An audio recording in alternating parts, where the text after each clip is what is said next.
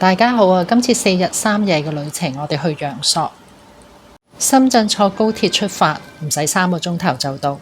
正所謂陽朔山水甲桂林，我哋睇下係咪真係咁靚先。我哋酒店住得好近漓江，所以我第一站呢，我哋行咗落漓江嗰度睇下，見到其實有好多人旅拍嘅，夜晚都唔少㗎。跟住我哋步行去遊客必到嘅西街。呢度打卡位唔算多，但係商店就好多元化。最多嘅當然就係食肆、飲品店同埋旅拍。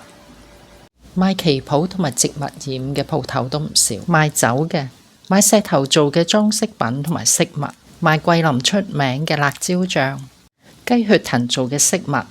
桂花原來可以食之外，仲可以愛嚟做護膚品。第二日我哋去咗興平古鎮，坐船遊漓江。碼頭隔離係可以影到20蚊紙嘅背景圖。船上嘅座位係諗唔到咁寬敞舒適。遊船係有好多個路線嘅，咁我哋就揀咗一個遊覽大約50至60分鐘嘅一個往返嘅路線。跟住我哋去咗逛興平古鎮，見到好多好舊而又好有特色嘅建築物。跟住我哋去咗玩熱氣球。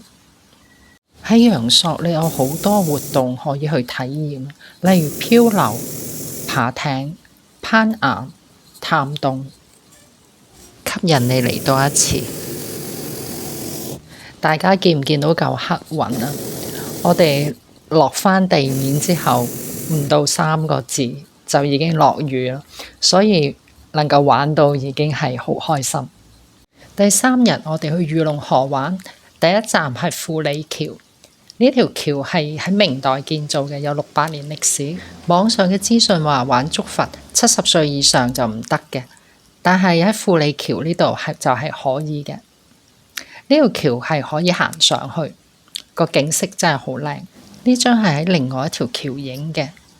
跟住我哋去咗玩竹筏，坐竹筏呢有好幾個碼頭你可以選擇嘅，主要睇你想坐幾耐啦，同埋想衝幾多個壩。最多人玩嘅由水丫底出發嘅，但係我哋就揀咗下塘去騎馬嘅，因為人會比較少啲。準備衝壩濕身啦，其實只係少少濕嘅啫。如果唔係旺季，直接去碼頭買飛就得啦。旺季就要預先喺小程式度預訂。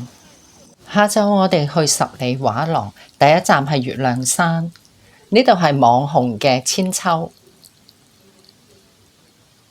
喺御龍河嘅岸邊行，睇人哋玩竹筏。本來我哋秋天去係應該睇到金黃色嘅稻田，但係因為琴晚嗰場雨，佢哋一早就收割咗。而家我哋呢度睇到嘅呢，其實係專俾遊客影相用嘅一塊田，佢哋係不計收成嘅，實在係好貼心。